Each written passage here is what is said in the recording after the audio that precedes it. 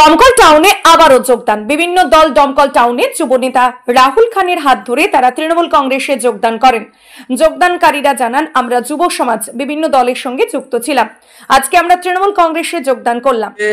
আমাদের দমকলের যুব ছেলেপিলে মমতা ব্যানার্জি, অভিষেক ব্যানার্জির উন্নয়নের হাত ধরে হাতকে শক্ত করতে সারা পশ্চিমবঙ্গ ব্যাপী মমতা ব্যানার্জি উন্নয়নের ধারা, সে ধারাকে সামনে রেখে আজকে সবাই দমকলে তৃণমূল যুব কংগ্রেসে যোগদান করলো।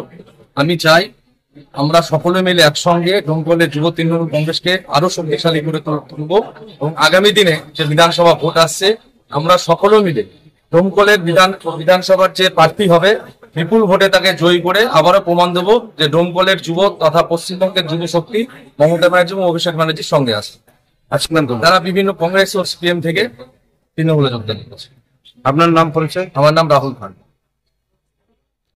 মেন বিষয় হচ্ছে আমরা যারা যুবকেরা আছি তারা প্রায় বিভিন্ন দিক, মানে এই গেম খেলা হোক বা অন্যান্য যেসব আজে বাজে যেসব খারাপ কাজ অর্থাৎ ঝামেলা, সে সব থেকে আমরা বেরিয়ে এসে আমরা চাইছি একটা স্বচ্ছ দল অর্থাৎ এই টিএমসিপি তে আমরা যোগদান করলাম, সেটা রাহুল খানের হাত দিয়ে। এবং আমাদের দমকলের প্রায় প্রপার যত যুবক ছেলেপেলে আছে আমরা আজকের দিনে এসেছি এবং আগামী দিনে আমরা এইটুকু বিশ্বাস দিতে পারি আমাদের আরো অনেক ছেলে আছে যারা এই দলে যোগদান করবে এবং 2026-এ টিএমসি কে জেতানোর জন্য আমাদের এই যুবকের অনেক বড় হাত রাখার আমরা চেষ্টা করব এবং আমরা একসাথে লড়বো। আগে কোন দল করতে? আগে আমরা তেমন বলতে এই যুবকেরা মোটামুটি আমরা স্টুডেন্ট মোটামুটি ঘোরাফেরা করতাম, অন্যান্য পার্টিতে ছিলাম মোটামুটি, কিন্তু বর্তমানে আমরা টিএমসি তে যোগদান করছি।